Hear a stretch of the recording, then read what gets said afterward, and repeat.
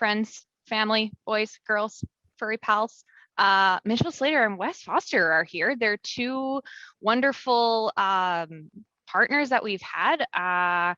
Mitchell has been around for what, 8 years, 7 years? I think 7 or 8 years now for with Vendasta, yeah. Yeah, Wow. that long, Wes? 3 years? 3 The years. year It's only before 3. San Diego. When was that? When was San Diego? We met in 2019 in San Diego, so 2018. So there'll be 4 years. Yeah, 4 years. Dang. So I they're just missed Banff. I remember. Yeah, Missed you out. didn't get to experience the snow and mountainy Banff, so that's fine. Yeah. Green Bay Packer Green Steven. I'm a Ugh. Pats fan. We don't talk about Packers. Anyways, it's fine. Yeah, you just derailed me because I saw Packers. So they're here to talk about what it's like to be in an accountability group and how they hold each other accountable. They wanted to share with all of you what they do and the success they've had. So I will kick it over to them. Welcome the two amazing partners, Mitchell and Wes. Take it away, fellas. Awesome. Go ahead, Wes, share your screen. Okay, yeah, I'll go ahead and get that set up. Dive in.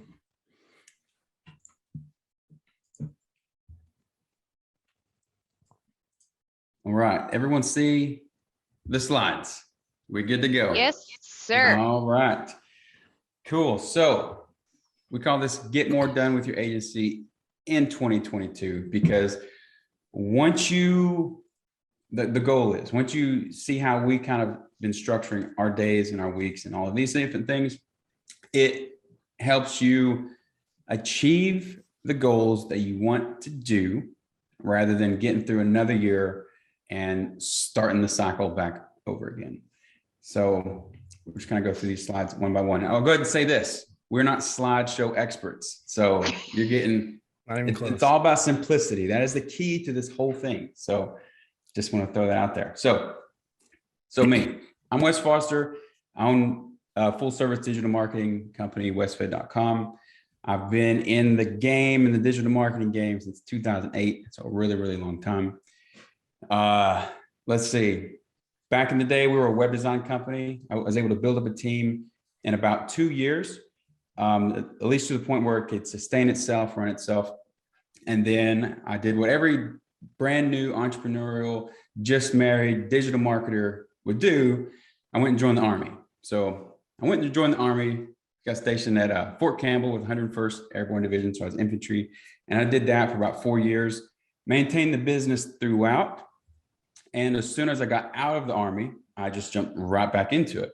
From there, we went from a web development agency to a SaaS company. So we started building SaaS products for companies all over the US. And we did that for a couple of years while marketing, right? Because we were marketing to investors, essentially. Did that for a couple of years. And it got to the point where we hit a limit. And like, okay, it's really difficult to scale. We need to choose SaaS or marketing. We went with marketing. We've been doing that ever since.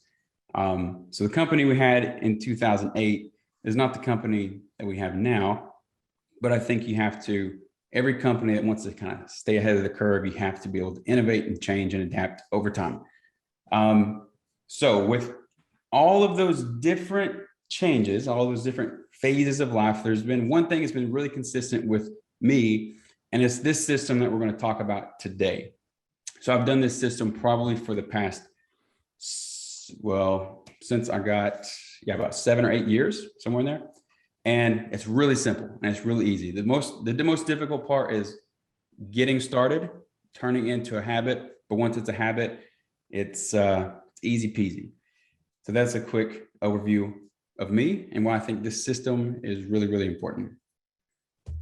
And just so I'm good on time, Colleen, when do we need to be done with presenting for the Q&A part to open up? I want to make sure we're aware of that. Dang it, how long should I give you? If you give us at least 15 minutes for Q&A, I mean, people jump in and drop their questions as we go. If the two of you want to answer them as you go, that works, or we can save them to the end. But as always, everyone drop your questions in the chat and we'll get to all of them. I kind of promise. All right. Well then, Thank you, Wes. Obviously, myself, Mitchell Slater, I started my original marketing company when I was 17. I was a junior in high school, homeschooled my whole life, grew up in Alaska. And when I actually started a little paper booklet first and foremost, like a weirdo going, I'm going to get into paper first, like a typical teenager would. And I went door to door selling ads in the town I grew up in there in Alaska. It didn't make any money. It was like horrible failure, but I learned a ton from it and ended up doing digital marketing. And that took off really well. And then 4 years ago, my wife and I moved to Florida. So we live here in South Florida now and love it. Colleen loves it too. She's wanting to visit really bad, she said, but it's awesome. So I've been doing digital marketing now for over a decade, still technically in my 20s now. So I'm embracing the 29-year-old self I am. Been with Vendasta again, like 7 or 8 years, found them in my early 20s and have loved working with them and their partnership and seeing them grow. But Wes and I have been friends since we met in San Diego at Conquer Local. So when Vendasta gets back to doing the live conferences again, you guys got to go because the connections you make from those are incredible. So I met Wes, him and I sat at a table, we talked and hung out and been friends ever since. And so we've been diving into doing this system because I was like, man, I'm really struggling to get things done. I feel like I get to the end of the week and I'm like, I didn't really get anything done this week. I feel like I was just answering emails, putting out client fires, and I didn't really move forward. And he's like, well, you should try this system out. And I was like, let's do it together and hold each other accountable. So him and I are doing this just together. And that's what we want to go over today. We're like, this will be valuable to share, especially with agency owners, because we know the pain points agencies are struggling with. So it's kind of my little bit. So I'll let Wes dive in. We'll go just kind of dive in. So we'll say we put our LinkedIn's on there. We definitely want to connect with everyone here. So wesfoster.com, we can get all my socials, and then mitchellslater.com is where you can get all of Mitchell's. Definitely want to connect with you guys. So make sure you do that. Take out your phones while you're paying attention, of course, and connect with us on LinkedIn. All right. So typical problems you might have to deal with. So a little bit of what Mitchell was just saying. Number one, getting to the end of the week and feeling like you didn't do anything. Raise your hand if that is you, because I would say, because even when you're following a system, if you don't do it completely, you're going to get to the end of the week. You may have the most productive week ever, but you'll feel like you didn't do anything. It's just human nature. It's how it works. But if you don't have a system, you probably didn't do a whole lot. Put out a lot of fires. That's just the name of the game. When you're a business owner, there's a lot of hats that you wear, and it becomes very difficult to stay on a straight line. Number two, not getting things done that you know you're supposed to do. This is another thing that's huge, is I see a lot of different times, because I was this way. Your brain wants to feel busy, right? There may be something that you need to do that you start procrastinating because it's too much work or too much thought. So what happens is you start doing other things and you get that same feeling of, hey, I'm being productive. I'm getting things done. I'm being busy. But you're working on the wrong things. And sometimes even when you're super focused and you're honed in, you may be working on things that really don't matter. And that happens a lot of times. I'm just speaking from personal experience. I get so focused on, oh yeah, this is going to take us to the next level. And I spend all this time researching and do this and do that. And we go nowhere. 6 months from now, I forgot what I was even doing. It was just a big waste of time. So this system really helps you focus on what's really important, but it only works probably after the first month or two you start implementing it. Go ahead with the other two, Mitchell. Yeah. So then going into the next one of task overwhelm, I feel like we'll get to the point where you have the deer in the headlights. This is, again, speaking from experience for myself, where I have all these things. I need to answer some of these emails. I need to do some stuff in the CRM. I need to call this person back.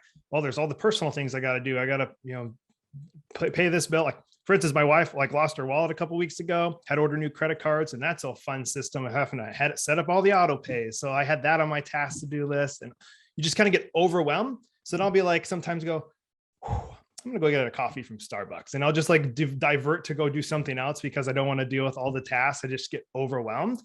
But if you have a system in place to go, here's the things I actually need to tackle to get done, like the big ones I really truly need to get done today, is you need to have a system for that, because some of them, depending on your setup, they can be delegated. And I just told my assistant this yesterday. I was like, I think I'm focusing too many too much on the things that I really don't have to do. Mitchell Slater doesn't have to do this. I can give it to somebody else, or I could just wait to do it a couple days later.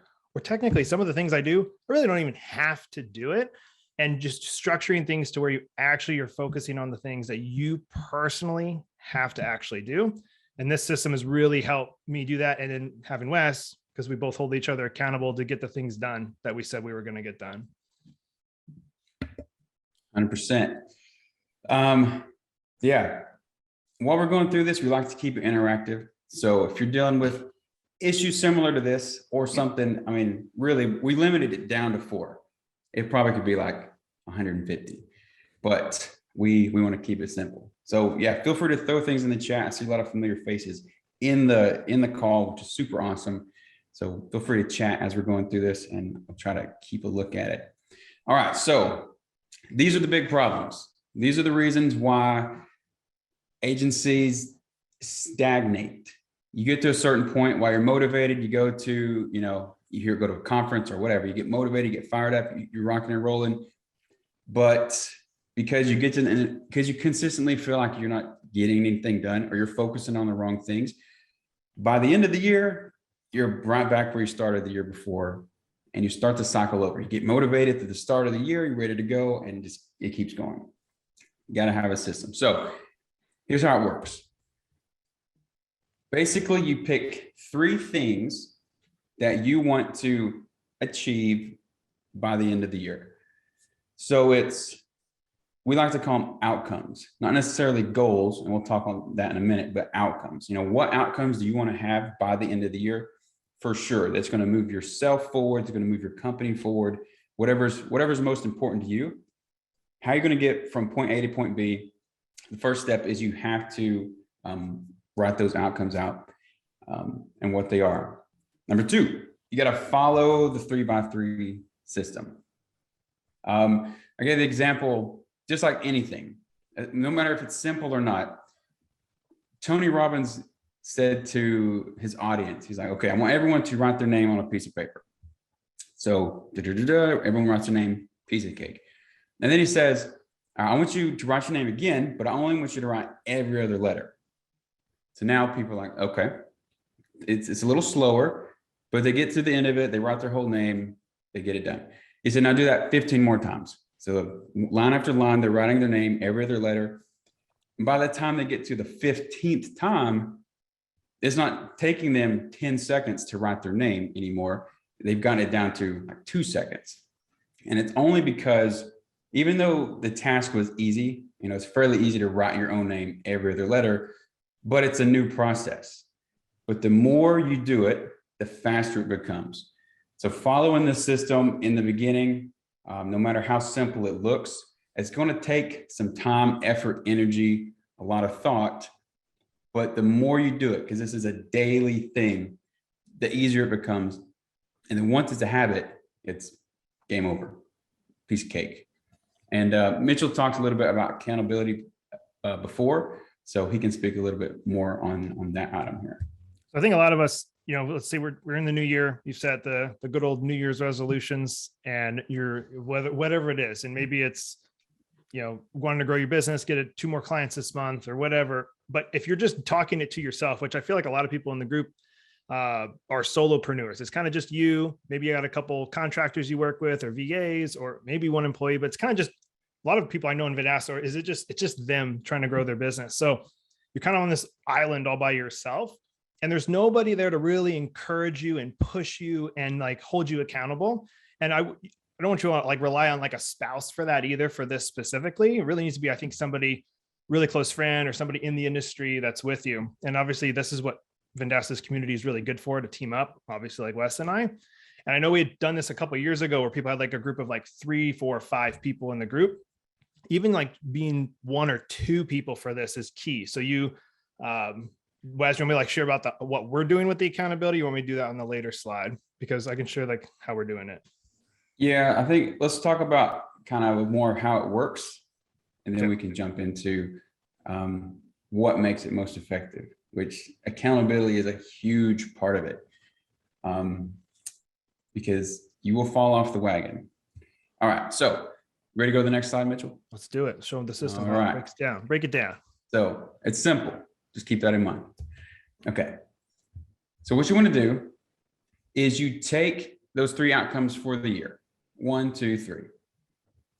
And once you decide on what those are, and it's very difficult to decide on what those are, and you'll probably change it 6 months in, because you will realize that what you think you wanted isn't really what you actually wanted.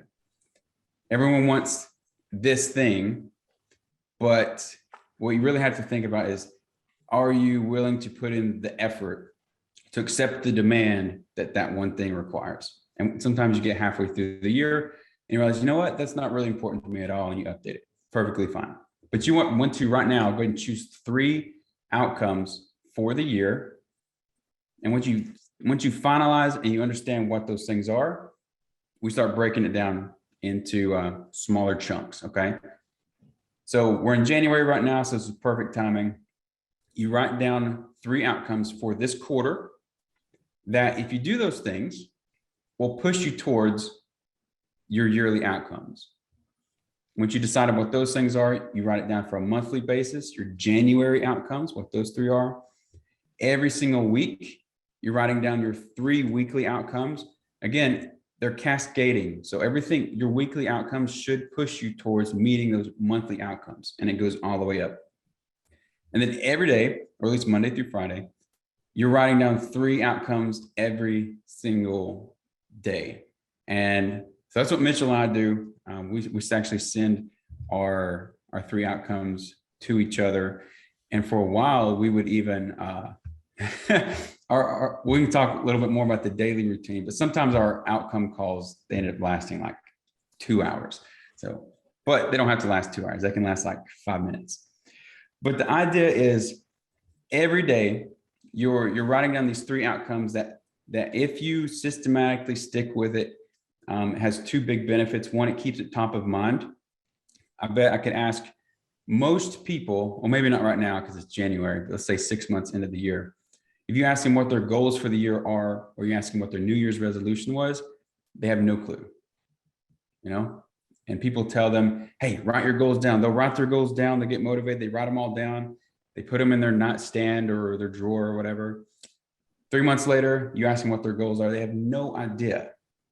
So when your goals aren't top of mind every single day, it makes it really hard to stay on that path. You're going to get shiny object syndrome. You know, you're going to see this next big thing. You're going to think, oh yeah, that's awesome. And before you know it, you're 15 hours into it and it's pointless.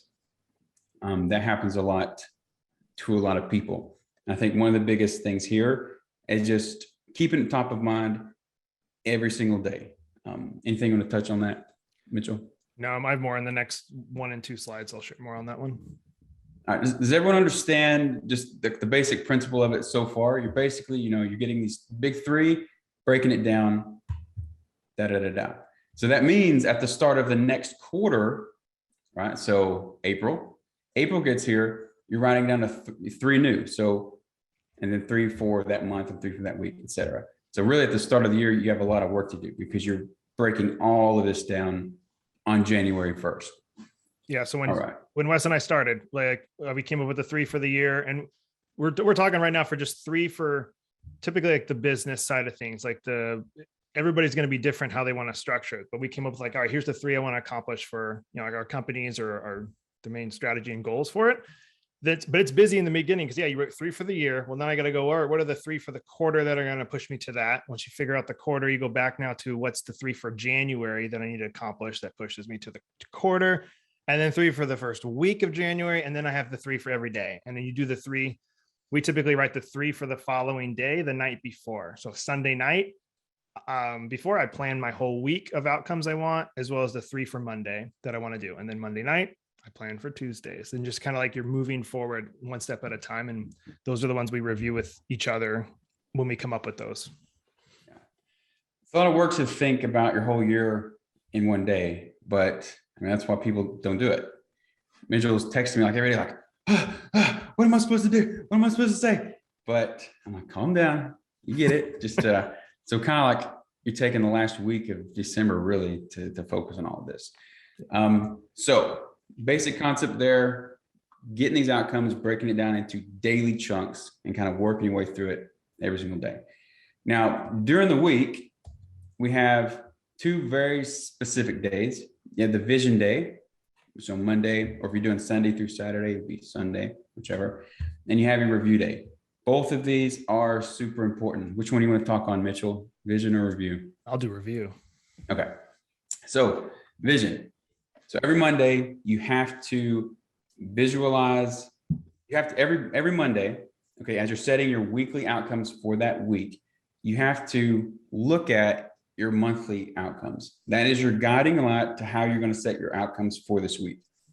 So the reason we call them outcomes instead of goals is because I feel like goals is a very common word that gets thrown around a lot. And a lot of people's goals aren't set very well. It's like, I want to lose weight this year, for example, or I want to make, $50,000 a month, whatever it is. Okay, but that's not a good goal because it's not time bound. And really what people are saying is like, I wish to hopefully one day lose weight, or I wish to hopefully one day make $50,000 a month, whatever it is. So by changing it to the outcomes and structuring it in this way, it makes it a lot more specific. So when we write our outcomes, what we do is we write them down as if it's already completed. So for example, at the start of this week, I don't remember exactly what it was, but I tell you it was, pull it up here because we practice. Okay, here it is. I sold 1 client with MRR. So I didn't sell a project client, but I sold 1 client with MRR, monthly recurring revenue. That was what I said at the start of the week. Like I sold 1 client with MRR. And as of today, I can say that I sold 1 client with MRR. Like we were talking about earlier in the call. Made it happen. By positioning the wording in past tense, because of the structure of this, it's already time bound, but it makes you visualize that thing. I sold it. Everything that you're writing down for your outcomes, you're writing as if it's already done. You're putting yourself in that place. You're attaching your emotions to it. And that goes much further than just saying, hey, I want to sell a new client this week that has MRR. Because it's more, I feel like it's more wishy-washy. So setting outcomes, the way you set the outcomes is super important. But every Monday, that's your vision day. That's where you're visualizing the week. And that's like the trenches of this whole system. You have to do it consistently. I think Paula raised her hand. Paula, do you want to jump in? Yeah.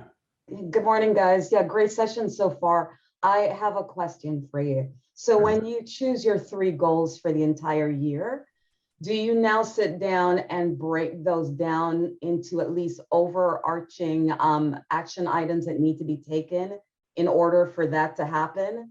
So that when you sit down on a monthly, weekly basis, you have that checklist of, I'm going to use working out. I'm going to use something as simple as that, like join the gym, choose workout, whatever.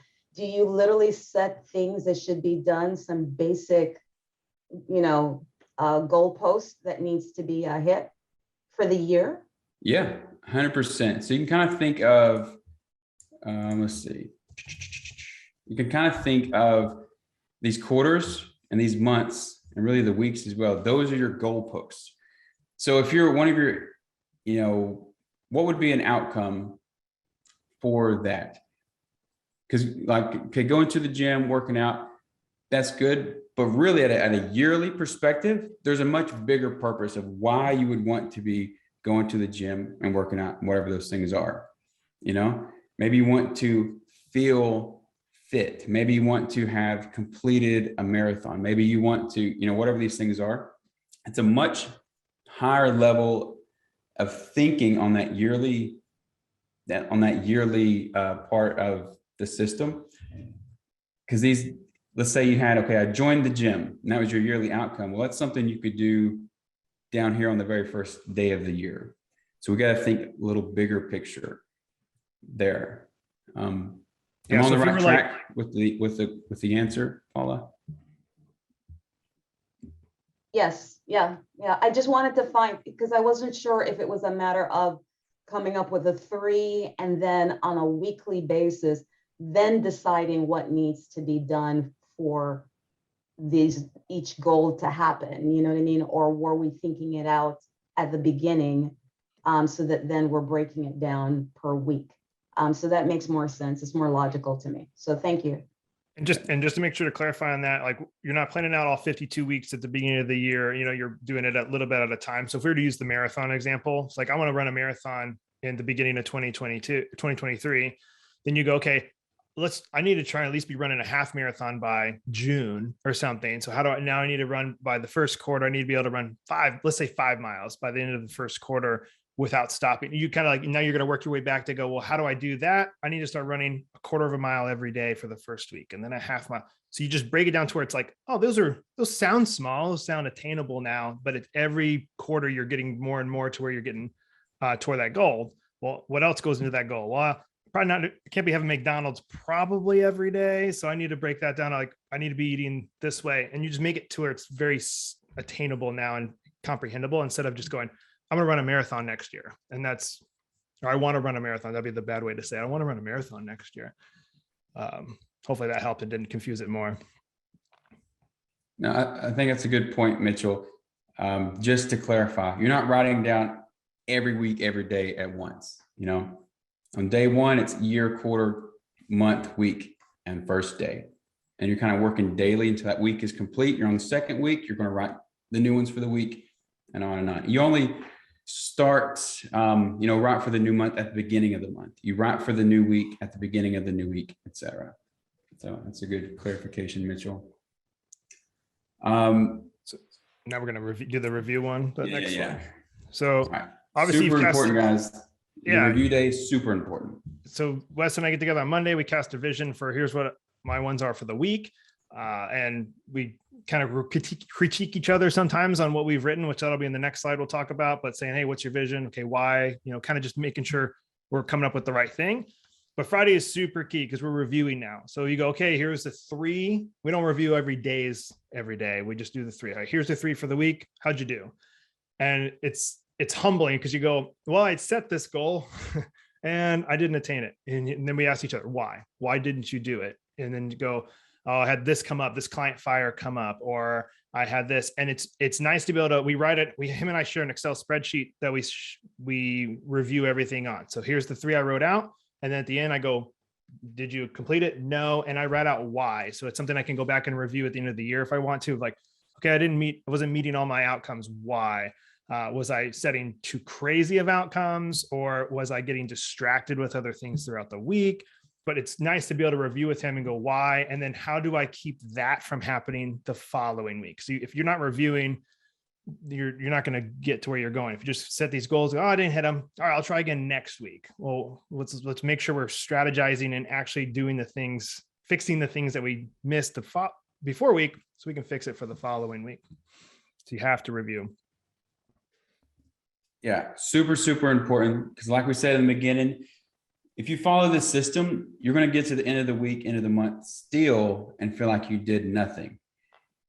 So it's really important to review those wins every day, at the end of every day, at the end of every week, at the end of every month, etc. By doing that, it completely changes your way of thinking. You don't end the week feeling like a failure when you've done all of these things and you've accomplished, you've met all your outcomes.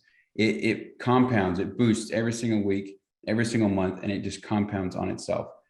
The review part in anything is the difference maker in your success, I believe. Because human nature, no matter how much we do, we're gonna feel like we didn't do enough. So it's really important to review. And then like Mitchell said, if you don't accomplish your outcome, it's still important to review because you can uncover why you didn't accomplish that outcome.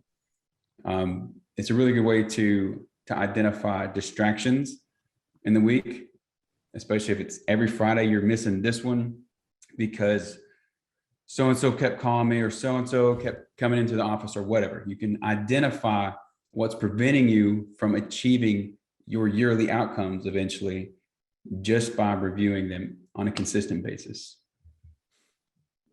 This next slide, the best slide of the whole thing. This is the best. I feel like I'm going to bother you. Go for it. Paula has another question. All right. Sorry, guys. How do you go about choosing a proper accountability partner? What were the things that you saw in each other that made you say, this is a good choice for me? Would you mind sharing that? Question. That is a good question. I mean, sometimes people say they want to do things. And of course, it's like we all have certain criteria, but you don't want to go with just someone you're, and I saw Ryan say willing. That's cool too, but I'm feeling action is better than willing. You know what I mean? So like, what were you guys? What did you guys see? For me, so Wes, he was showing me like, this is what he was already showing me what he was doing. So for like our specific story, he was like, here's what I'm doing. And I was like, I don't have a system I'm like doing. I just kind of like try and do a lot of work every week or whatever. I didn't have a system. And so he's like, well, here's what I'm doing. And that resonated with me. So then I was like, can we do it together? And you can teach me and like, we can help hold each other accountable. And I wanted that because, he's in Tennessee, I'm in Florida. He's got kids. I got one, like we were all like in the same level. Both Christian guys. We both go to church. So we connected on that level as well. He has an agency. I have an agency. Like we're very aligned in a lot of different areas. So we are on the same level. We've obviously already got along really good too. So it just made sense for me to be like, let's do it together. I wasn't like, oh, I hate this guy. This is going to be brutal, but I'm going to try it for the better of my business. Like, it wasn't like that. I already like really liked him as a person. So I would try and connect on that level, somebody who's in the same industry. Because one of the things I love that Vendasta is doing now is they're connecting other agencies. Because I think early on, when I first became a partner of Vendasta, it was like, if you found somebody who was a Vendasta partner, you were like, oh boy, competitor, watch out. Like, it was like, I think that's like how everybody thought. And then I'm like, I really don't see anybody in Vendasta as a competitor, because we all use the softwares differently. We're all maybe going after different niches. We're in different parts of the country or world. Like, I don't see it like that at all. So having somebody in the Vendasta community as an accountability partner, I think is even better, because you're aligned on a lot of different ways. So I would try and find somebody within the community if at all possible. Yeah. And another thing I'll add is, so it's all about mindset. So the person you are getting connected with, as accountability, being in the same industry, in the same stage of life, all of that really, really helps. But it's a mindset thing. You need someone that's going to show up even if you're not there. So I think it's really important to, before you start finding an accountability partner, I think it's best to just, like, before you're on like a one-on-one, it may be best to be like in a group type setting, just to help yourself get on the system and do it consistently. Because once you get that one-on-one accountability partner, even if they're a good fit, they may miss a day, or they may leave, or they may eventually stop, or whatever it is. But you have to be able to do this internally yourself on your own. And if everyone that you get paired up with has that same mindset, then it's a completely different game. You don't have to babysit the other person. You don't have to hold them accountable as much, because they're in it for themselves more than they're in it for the other person. Something I think really helps also is find someone that you can be open and honest with, and you can say things and it not hurt their feelings. So that's always, because me and Mitchell both, we criticize each other. We're like, that doesn't sound like something you should be focusing on, for example. And you got to be able to connect with someone and have that type of relationship where you can be open and transparent, and because you're really trying to help the other person. Yeah. Hence why I don't suggest spouses being your accountability partner for this. Like, why are you being so lazy, bro? Like, why are you being so lazy? It's not gonna be a bad solution. So pick somebody in the industry. Cause he can be blunt with me. I can be blunt with him. We know we have that relationship, but we're not going to be like, well, why are you so mean to me? Like, we're just not going to have that. So. Exactly. Very good question, Paula. All right. So we'll move on to the next slide. I'll let Mitchell start us off. Yeah. So choosing the right outcomes. This is the part I really struggled with in the beginning. This is what Wes, again, being very blunt and direct with me, I'd come up with an outcome and he'd be like, it's not a really good one. And I'd be like, what why not? And I'd be like, early on, like, I thought it was a good one. I thought I was following the system correctly. And he's like, but that's not pushing you in the right direction. You're trying to get like new clients. And for instance, one of the ones, this is just a pet peeve of mine. I love having my inbox at 0 at the end of the day. That is one of the things. It's been like that for years. I want to see 0 emails in there. They're all answered, archived, whatever, it's done. And so I had like one of my outcomes for the day. I was like, I got my email caught up to 0. And he's like, well, that's not a good one, because that should be done anyways. Like, you should have your emails taken care of and nobody's waiting for a response anyways. So if something's already supposed to be done, you shouldn't put it as an outcome. And it's going to vary for everybody depending on what yours are going to be. Maybe just getting up in the morning is really, really hard. Like waking up at 6 is really difficult for you. So you put that as one of your outcomes for a week to like try and build the habit of waking up early. Because him and I were doing this daily. We were waking up daily. He was waking up at 4:30. I was waking up at 5, and we were having a call at 6 to like go over our Monday vision calls every day. And so like, I was like, oh man, that's waking up really early. And so now he's encouraged me. Now I'm waking up at 4:30 because he's for the new year, because he encouraged me, is like, got to get more of a jump on it, because my son wakes up at like 6:30. So that gives me 2 hours of dedicated time of no son yelling and screaming. So I said, that's great.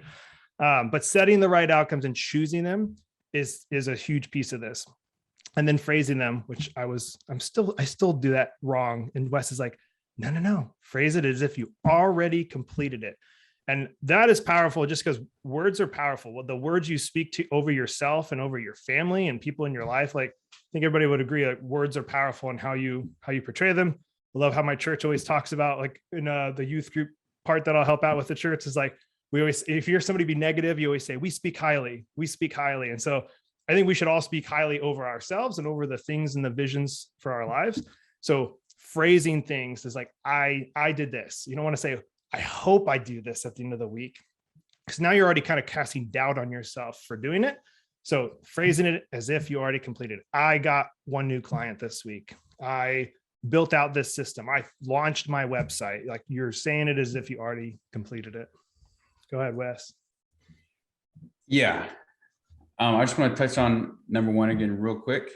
Choosing the right outcomes.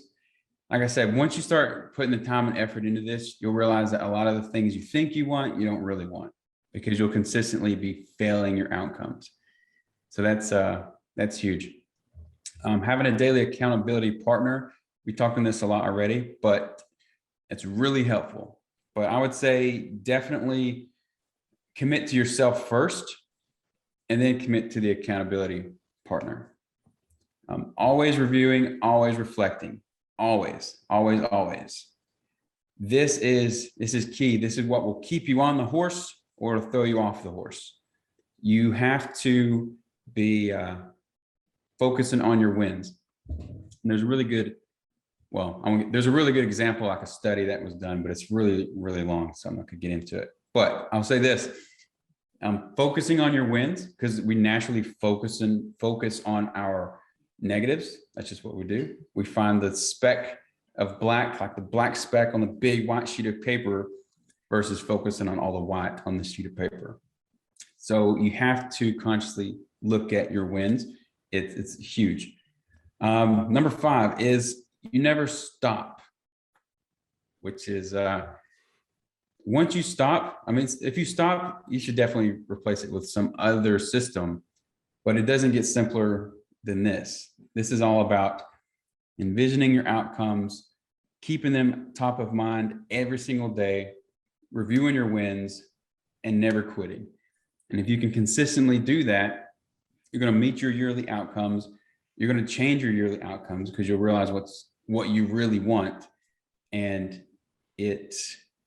once you get to that point, why would you stop? Why would you go back to waking up every day wondering what you're going to do, or wondering what you accomplished last week, or what you're even shooting for this quarter? It's just like you're in zombie mode, floating through life, taking on fires as they come, keeping the ship afloat, but not really going anywhere. And I'm not saying that's for everyone or that extreme, but without that daily focus, you are kind of, once you're taking one step at a time with a flashlight pointed straight down in the dark. So And- you got to keep it going. And it doesn't always have to be this. I hope this doesn't make it worse and confuse people more. Like, it doesn't always have to be always business. You know, one thing that Wes and I did is we broke ours up, and this is coming from him, is for the whole year, we both came up with 3 outcomes for health, wealth, and relationships. So like, here's the 3 things I want to do by the end of the year in like relationships in my life, you know, my wife, my son, my family, friends, whatever. And then health, what did I want to do in the health world of it? And you come up with like an overarching vision. And it doesn't always have to be 3. It could be 4 if you really want to. 3 is just really easy psychologically for the mind to comprehend and focus on. But I remember there was a month ago, one of the outcomes for the day was like, when I spent 2 hours of quality time with my wife after my son went to bed. Because typically she'll go like take a bath or do something, and I'll work a little bit more. I was like, no, like we're going to do something like play a game or do quality time. And because I felt like we hadn't had it in a week or 2. So I was like, hey, let's like focus. And I put it on one of my outcomes for that day. So it was top of mind in my head, like, no, I need to focus on this one specifically today. So it's going to change daily. Like there might be something you really just need to focus on that day. So you can put that one on as an outcome. Yeah. So we call them hot spots. So I didn't want to include it here. I want to keep this as simple as possible. We have training on that entire process of here. We're just talking about business, but Mitchell's right. There's other things to life than making money. You know, there's like making your wife happy and making money. So we kind of cover all of these different aspects as well in a different training, but for the sake of this and simplicity, the most important thing is to not overcomplicate it, stick with 3, get in the routine, and then make it better. So we launched Outcome Launch, which is our accountability group. So there's a link right there, outcomelaunch.com. You can pre-register, get on a list, because we're connecting people who want to take their lives, take their agencies to the next level by following the system and finding high-speed, motivated mindset accountability partners. You ready? Yeah, we'll open up Next any slide. questions you guys have. Yeah. You guys are awesome. Thank you so much, both of you.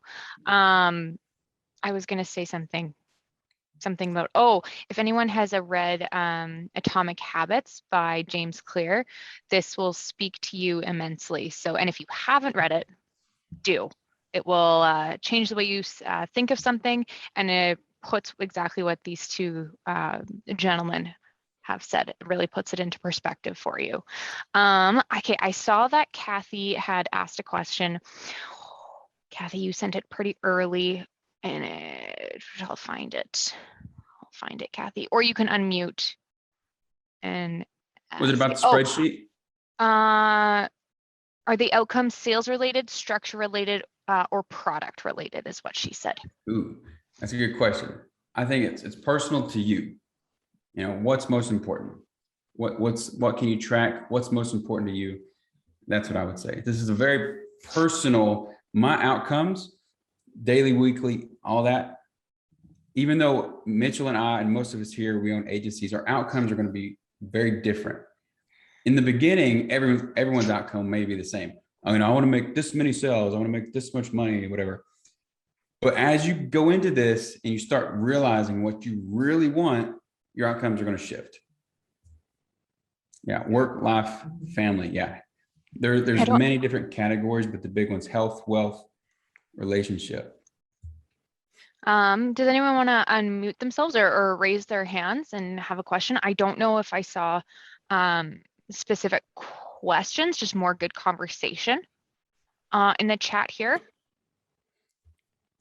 Let's see. Chris asked the name of the book. Yeah, the name of the book was Atomic Habits, the one that Colleen mentioned. Super good book. Fantastic. Highly recommend it. Another one I would suggest is, and this is what Wes told me to read Miracle Morning. The Miracle Morning, that one was really good for like setting your morning routine. If you guys don't have like a morning routine, you kind of just wake up and eat breakfast and then work. Like this one's like, this is what you should be doing to have a really good morning. That's been a game changer reading that one. Yeah. And we have follow-up lessons to this particular lesson in the future. Say that again, Daniel. Will you have follow-up lessons to this particular lesson in the future to help refine the action steps? Oh, yeah. I mean, we'd have to talk with with Colleen, if she wants these two gentlemen to come back, but we have More training swag. yeah, more swag. Let Mitchell know this time. Okay, Mitchell, more swag. But yeah, so there's more to it than this. Like we just talked about morning. We have training on morning routines, building a morning routine. We have training on like the health, wealth, relationships, setting those types of things. So there's a lot more to it than this, but this is step one. So, you know, don't focus on step two till you get step one and you're doing it consistently. But yeah, perhaps in the future we can come back and Wes, I continue. forgot to ask. Hey, Wes, I forgot to ask, this is Paula again, your Hey, daily Paula. connections, how long do you guys meet for? So it varies. On the calendar, it's like 10 minutes. So that's between you and your accountability partner. We try to squeeze it in, like, you know, we have a set morning routine. So we try to squeeze it in there, 10 minutes. But last month I'd hurt my back while I was working out. So I couldn't work out in the mornings. There's like 3 weeks I couldn't work out in the mornings because I was just, you know, taking it easy. So our calls were like an hour and a half long or something, because we're talking about our outcomes, what we want to accomplish, but then we're just diving deeper. And yeah, so it's between you and your accountability partner, but ideally low time commitment, because it's every single day. And both of you have the understanding that if all you do is get on a call and say, hey, here's my 3 for the day, da, da, da, da, da. And then here's my 3 for the day. And like, all right, go crush it. Have a good day. Talk to you tomorrow. And then make it quick. Yeah, it's so for the Monday and Friday. So vision review, I would set aside like 30 minutes for those. So you can really, you don't have to feel rushed in those. So Monday, a little longer, you're going over the week's outcomes as well as the daily for the day. And then Friday, of course, recap. But the daily, if you're talking every day, 5-10 minutes, because you're just like, here's my 3. All right, good luck. Have a great, like, you don't have to do a ton. We were literally talking there sometimes for 2 hours. We were having our morning call at 6 o'clock and we are like, what's 8 a.m. We should probably get started with the work. And he's like, yeah, probably. It was brutal, but it was great. We had great conversation, but that was not good. That's actually great. I'm going to share Wes and Mitchell's LinkedIn in the chat right now too, so you can guys make sure connect with them. Before you disappear, can I ask a quick question of the guys? Sure. Absolutely. Yes, Just when you're setting your outcomes for the year, I totally get it. I love the idea of just keeping it simple: 1, 2, 3, 1, 2, 3, 1, 2, 3. At the start of the year, do you write out, here's the 1, 2, 3 for each quarter, and then here's the 1, 2, 3 for each month, right at the start of the year? Or do you do that? Yeah, this slide. So do you wait until you get to the end of January and then write February's? Yeah, that's a good question. So you only write your outcomes at the start of each block. So you're only writing yearly at the start of the year. You're only writing for this quarter at the start of the quarter, for this month, etc. Right. Okay, that clears it up, because I was looking at it thinking, oh my god. Yeah. Well, that's January 1st is when it comes to December. Yeah, January 1st is you're writing for the day, the week, the month, the quarter, the year. Yeah. But then you get to February 1st, you're only writing for the month, the week, the day. Awesome. Yeah. And brilliant, Wes. Cheers. I love this. This is really good. Thanks, guys. Awesome.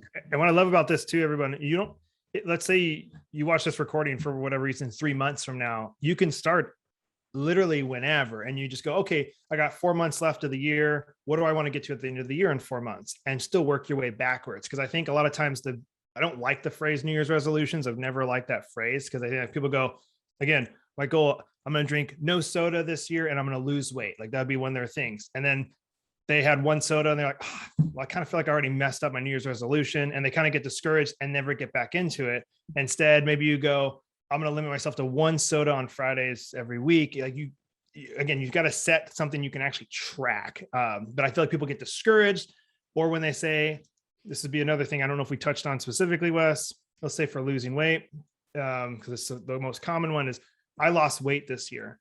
That's also, I feel like, not a really good outcome. It needs to be a something you can grasp. So like, I lost 10 pounds this year, or I got down to this weight by the end of the year, so that you can actually grasp it and trying to attain it. So maybe I'll try and lose 5 pounds every quarter so I can lose 20 by the end of the year, type of thing. So make sure you put in a number of some sort with it, so you can actually see if you accomplish it or not, depending on the task. Yeah. That's great. One thing in the Atomic Habits by James Clear, he says that if two people are both trying to quit smoking and someone offers them a cigarette, one person will say, no thanks, I'm trying to quit, and the other one will say, no thanks, I'm not a smoker. And it's just like that little thing in your brain that kind of tweaks it a little bit, just like you guys said, put a number beside it. It makes you think of everything so differently. I wanted to share this podcast. I think this was one of the last episodes of the year. It's with Gretchen Rubin, and so it's called Approach to Sustaining Your Unique Happiness, and she has written the book The Happiness Project.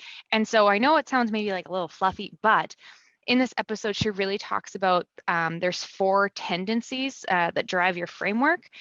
And it actually is talking about accountability, and it's super interesting. I won't go into it because we don't have enough time, but please listen to it. It's only 30 minutes long, I promise.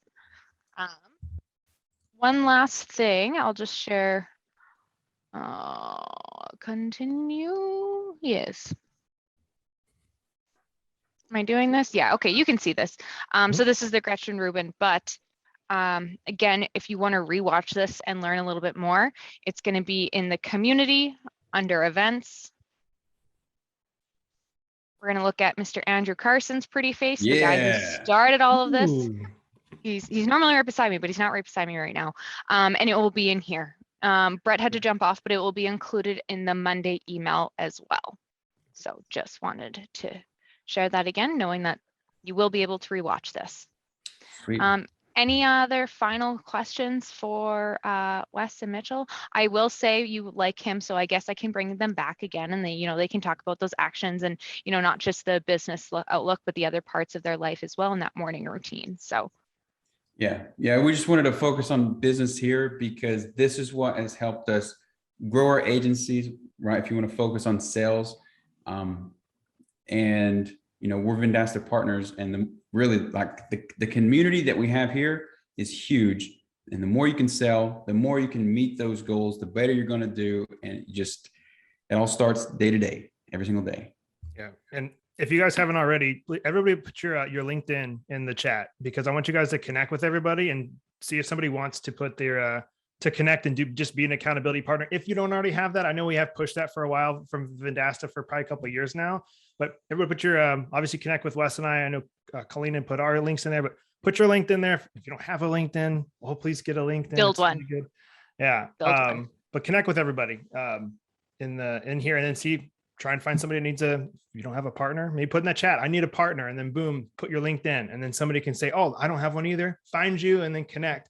Because that's the biggest piece. Don't do it on your own, guys. That's just like kind of setting yourself up for a little bit of failure, because it's hard to do it by yourself. You really need somebody that's going to be a good friend of yours and could be anywhere in the country or the world really for this. So that's awesome. And we're in the community as well. Everyone, please join the Water Cooler Wednesdays. It's a lot of conversations just like this of learning what is working for everyone else. So thank you so much, everyone, for coming to another community session. You guys are all rock stars.